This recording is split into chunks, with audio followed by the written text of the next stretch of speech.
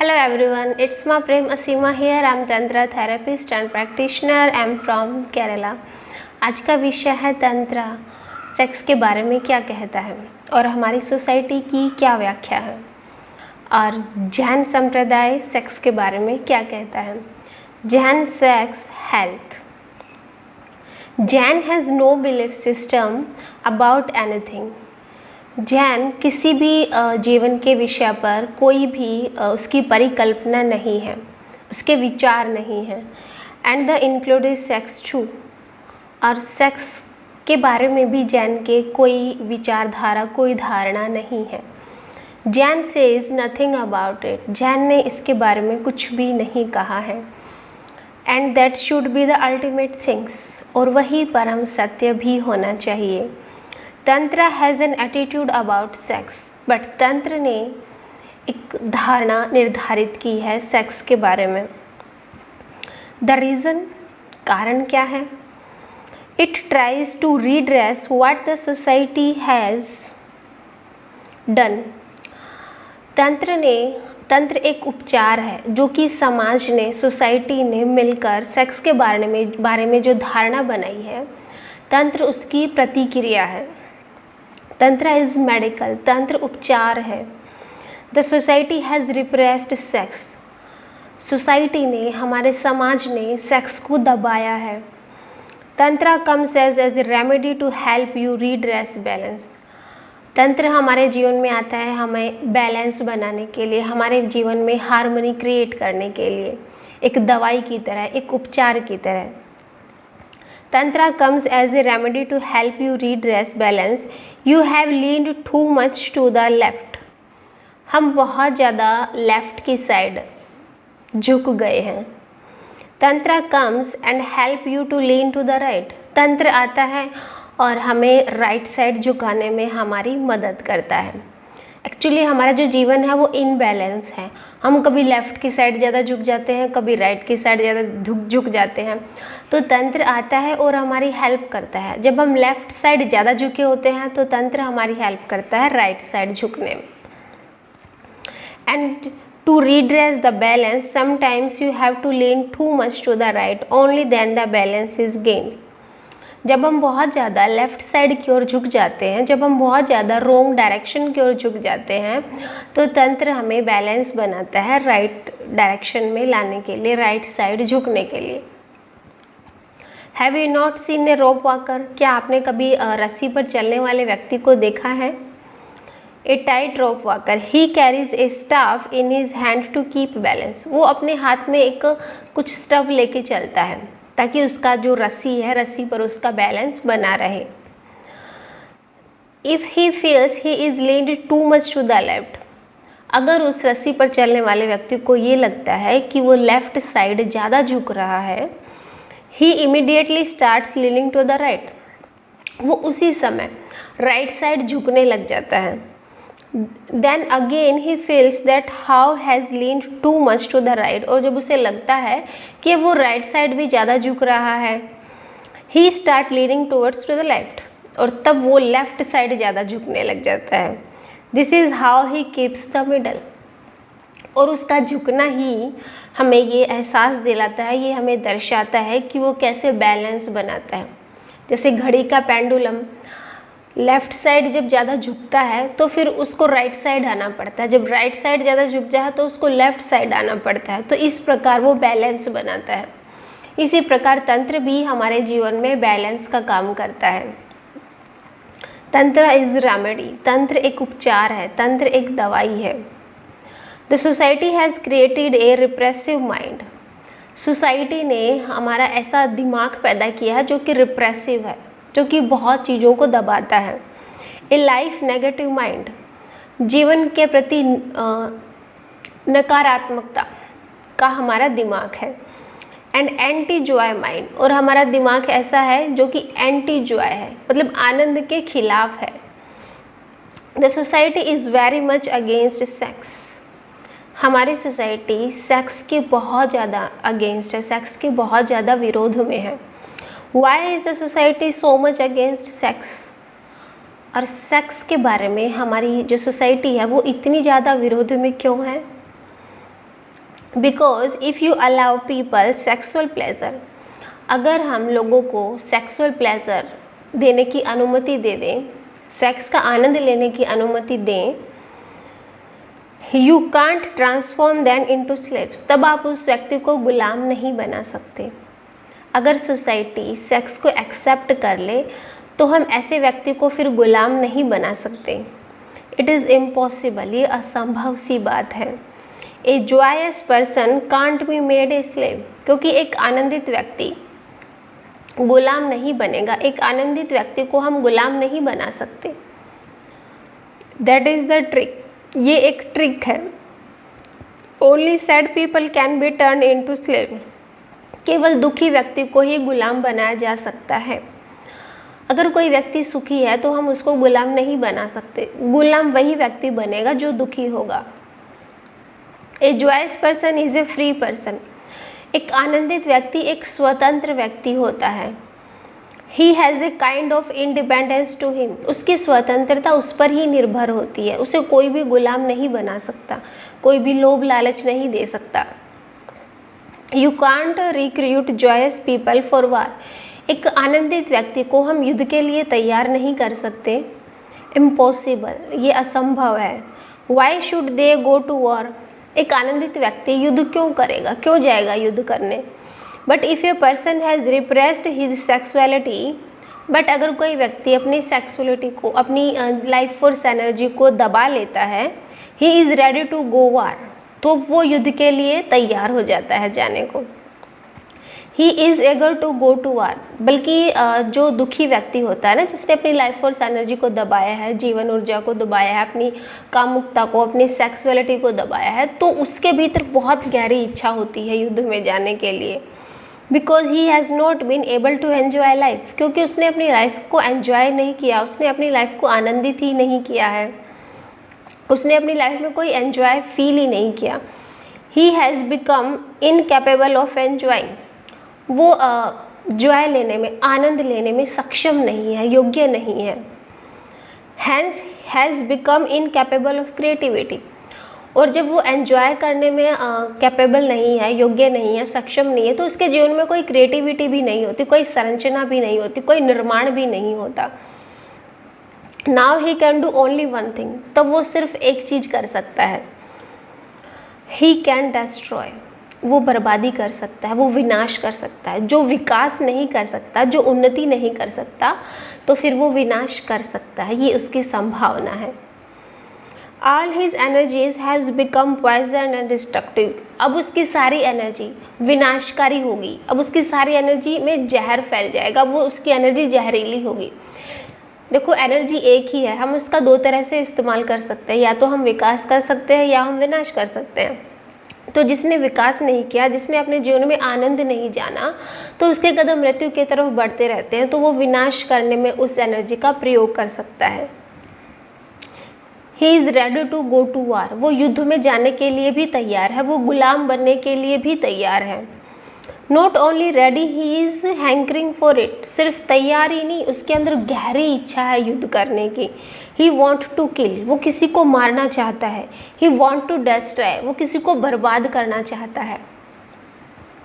In fact while destroying human beings he will have to vicarious joy of penetrating, और वास्तव में जब हम किसी व्यक्ति को मारते हैं, जब हम किलिंग करते हैं, मर्डर करते हैं, या हम युद्धों में जाते हैं, लड़ाई करते हैं, तो ये एक पेनिट्रेशन का सब्स्टिट्यूट है।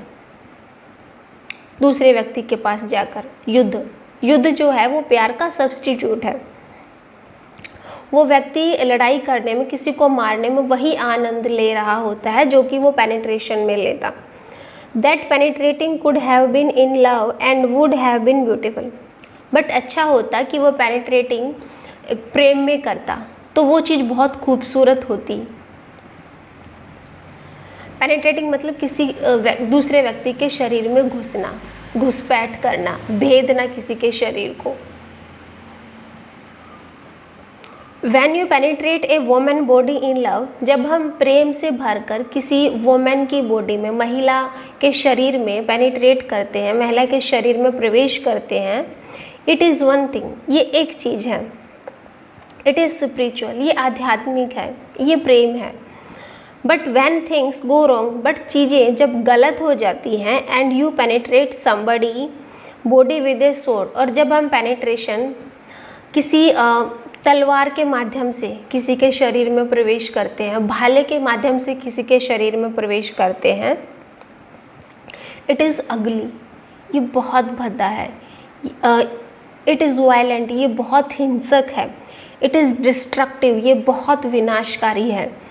But you are searching for a substitute for penetration, but हम सब्सटीट्यूट खोज रहे हैं कि कैसे हम दूसरे व्यक्ति के शरीर में प्रवेश करें।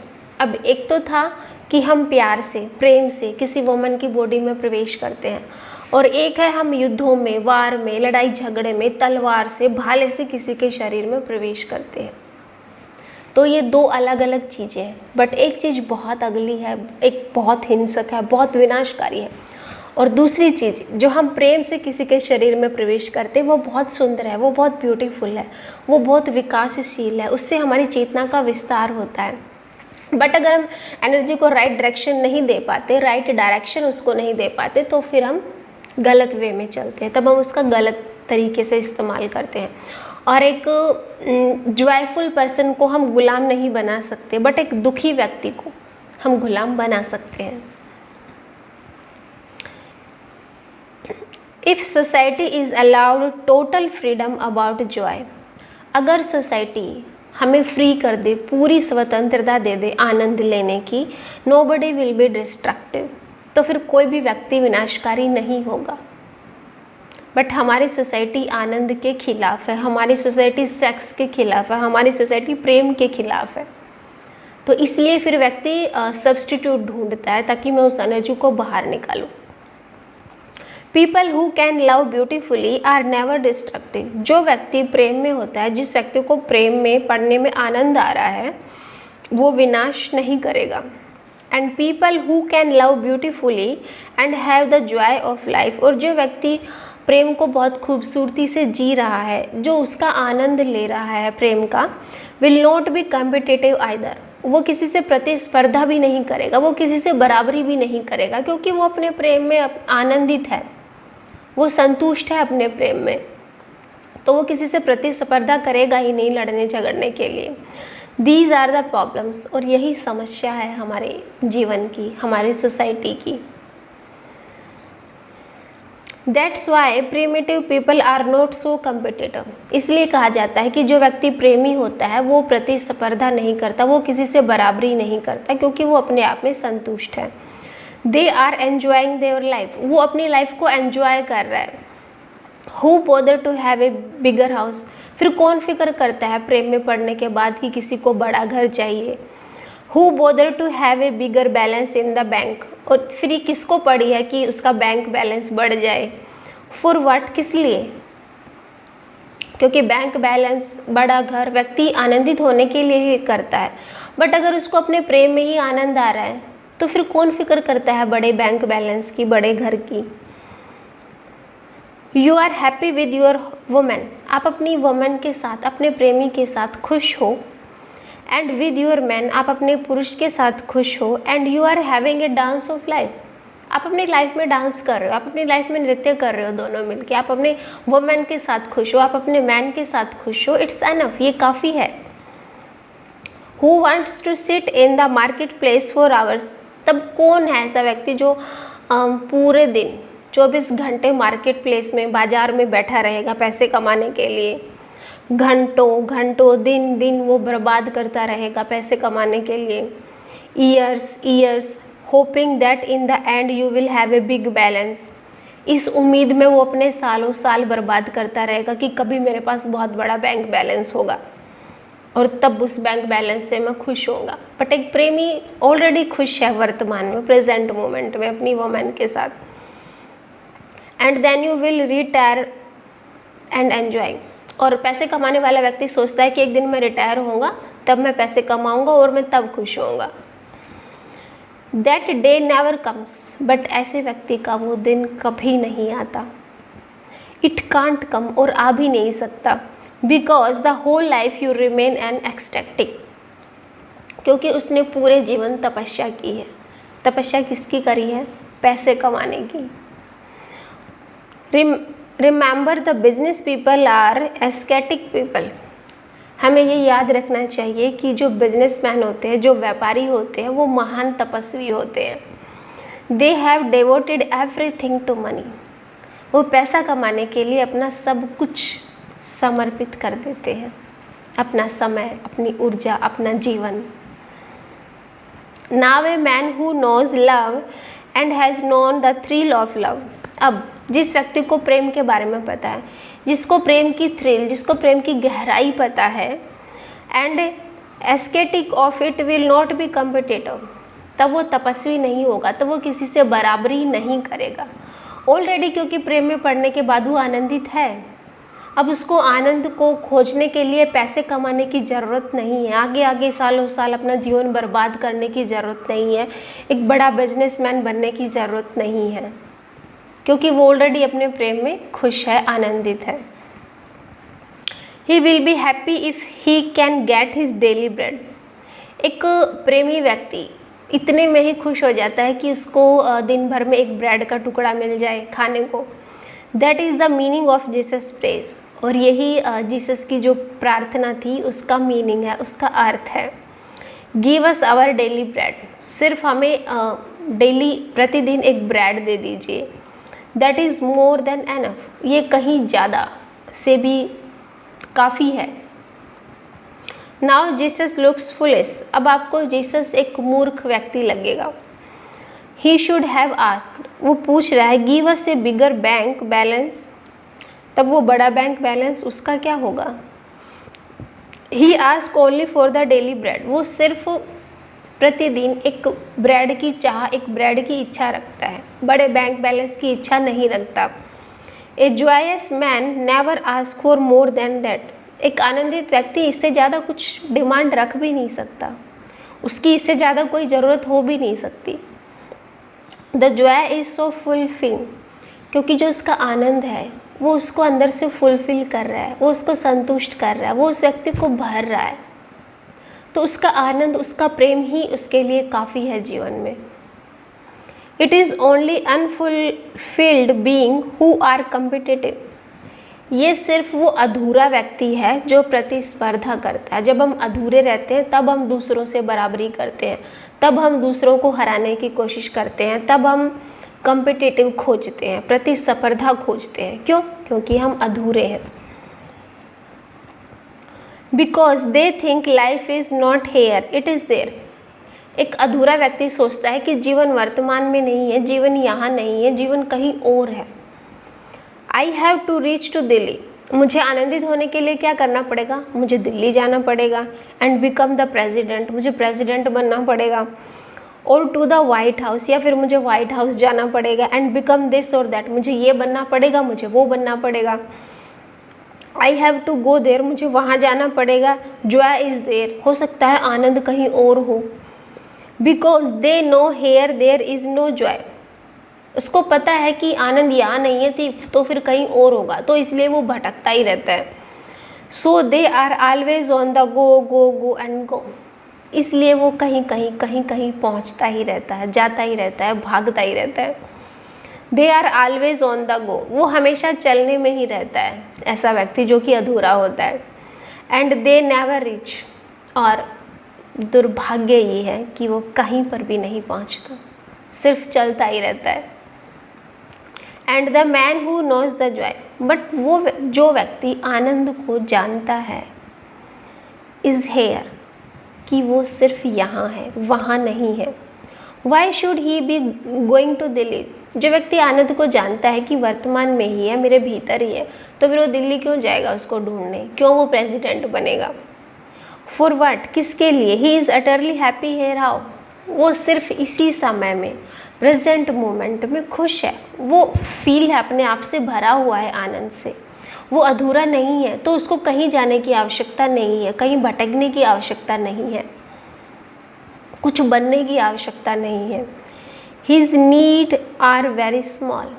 ऐसे व्यक्ति की, जो कि व्यक्ति आनंदित होता है, ऐसे व्यक्ति की ज़रूरतें बहुत छोटी होती हैं। एक ब्रेड के टुकड़े में वो खुश हो जाता है। ही हैज़ नो डिज़ायर, उसकी कोई इच्छा नहीं होती। ही हैज़ नीड्स सर्टेनली, हाँ ऐसे व्यक्ति की ज़रूरत होती है बट इच्छा कोई नहीं होती। ज़रूरत की जैसे भूख लगना, फिर उसको ब्रेड चाहना, ये उसकी नीड है, ये उसकी ज़रूरत है। बट ऐसे व्यक्ति की कोई डिज़ायर नहीं होती, कोई इच्छा नहीं होती। But needs can be fulfilled, अब व्यक्ति की जो ज़रूरतें हैं वो पूरी की जा सकती हैं। डिज़ायर्स नेवर, बट इच्छाओं की पूर्ति नहीं होती। इच्छाएं दुष्पूर होती हैं जिनकी पूर्ति कभी नहीं होती। नीड्स आर नेचुरल, जो ज़रूरतें हैं वो नेचुरल हैं, वो प्राकृतिक हैं। डिज़ायर्स आर प्रिवर्टेड, बट जो डिज़ायर्स हैं, जो इच्छाएं हैं वो अप्राकृतिक हैं। Now this whole society depends on one thing, अब एक बात पर सारी सोसाइटी डिपेंड है, निर्भर है, और वो है that is sex repression. Sex को दबाने में हर तरह की सोसाइटी रेडी है, तैयार है।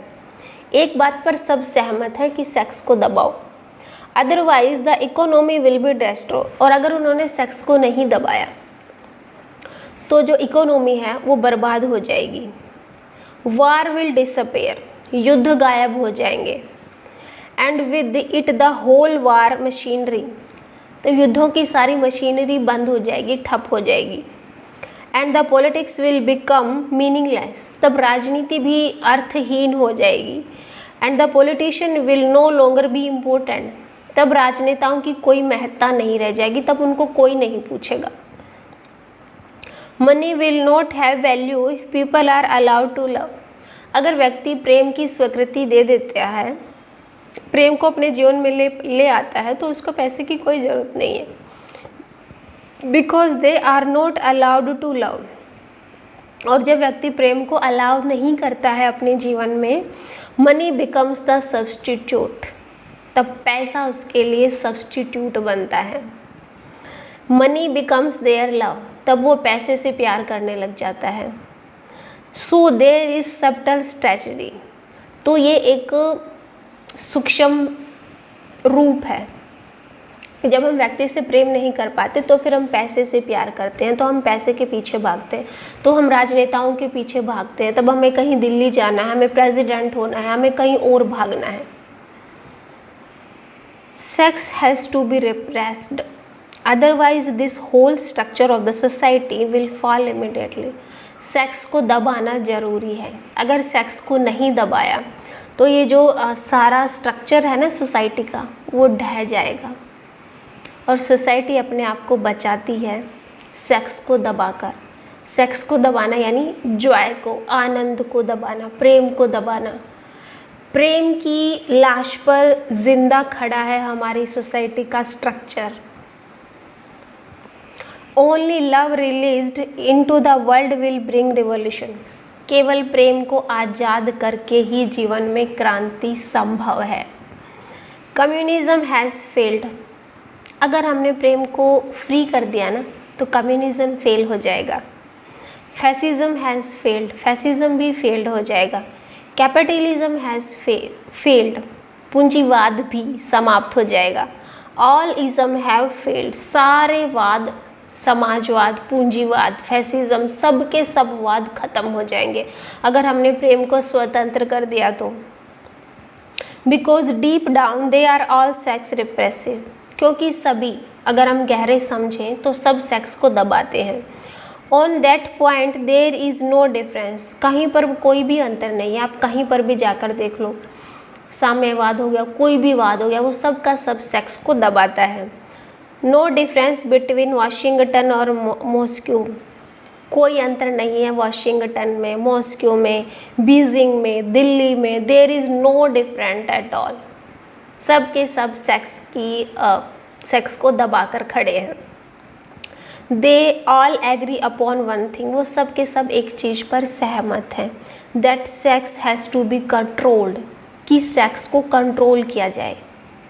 That people are not to be allowed to have innocent joy in sex, ताकि व्यक्ति जीवन का आनंद ना ले पाए, ताकि व्यक्ति दुखी रहे। और दुखी व्यक्ति को हमारे जो राजनेता हैं वो गुलाम बनाने को तैयार रहते हैं।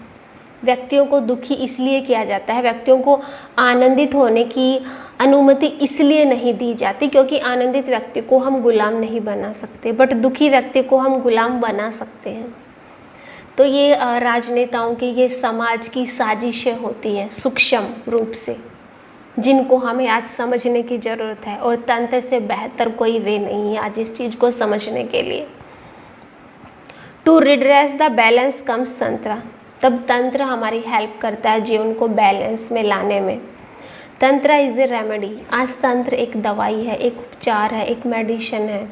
So it emphasis sex too much, इसलिए तंत्र सेक्स पर बहुत जोर देता है। द सो कॉल्ड रिलीजन से सेक्स इज सिन, हमारे जो तथाकथित धर्म है वो कहते हैं कि सेक्स सिन है, सेक्स पाप है। एंड तंत्र says sex is the only sacred phenomenon, but तंत्र कहता है कि सेक्स, संभोग एक पवित्र फिनोमिना है। तंत्र is remedy, Jain is not remedy, Jain remedy नहीं है। Jain is the state when the illness has disappear, Jain होना एक स्टेट है, एक डायमेंशन है, एक आयाम है जहाँ पर कोई बीमारी नहीं रहती। जैन होना मतलब बुद्धत्व को प्राप्त होना, इनलाइटन होना। And of course with the illness the remedy too, हाँ जब हमें कोई बीमारी होती है तो हमें दवाई की ज़रूरत होती है, पर अगर कोई बीमारी ना हो तो दवाई की ज़रूरत नहीं होती। Once you are cured of your illness, जब आप एक बार अपनी बीमारी को ठीक कर लेते हो, हील कर लेते हो, तो फिर किसको ज़रूरत है प्रिस्क्रिप्शंस की, बोटल्स की, दवाइयों की। And the medicine with you, you throw it, तब जब हम ठीक हो जाते हैं तो हम दवाइयों को डस्टबिन में फेंक देते हैं।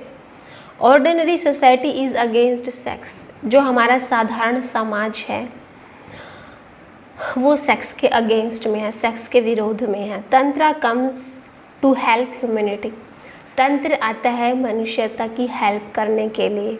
To give sex back to humanity, humanity को, व्यक्तियों को सेक्स दोबारा देने के लिए।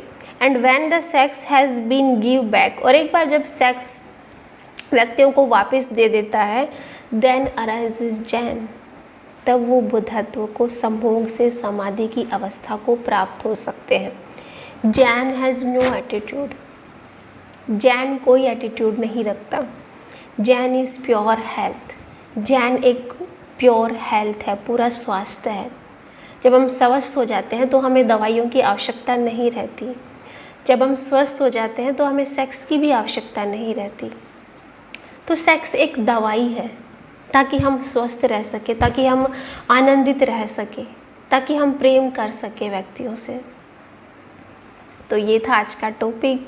आई होप आप लोगों को पसंद आया होगा। पसंद आया हो तो चैनल सब्सक्राइब कर लीजिए और लाइक का बटन ज़रूर प्रेस कर लीजिएगा ताकि मुझे पता चलता रहे आप लोगों को मेरा वीडियो पसंद आ रहा है। और जो भी आप लोगों का कमेंट है वो आप कमेंट बॉक्स में रख सकते हो, और डिस्क्रिप्शन बॉक्स में मेरे लिंक है वो आप ज्वाइन कर लीजिएगा। टेलीग्राम लिंक है ऑफकोर्स, वहाँ पर मेरे आने वाले कैंप की, ऑनलाइन कोर्सेज़ की आपको जानकारी मिलती रहेगी। Thank you so much for listening me. मिलते हैं नेक्स्ट वीडियो में।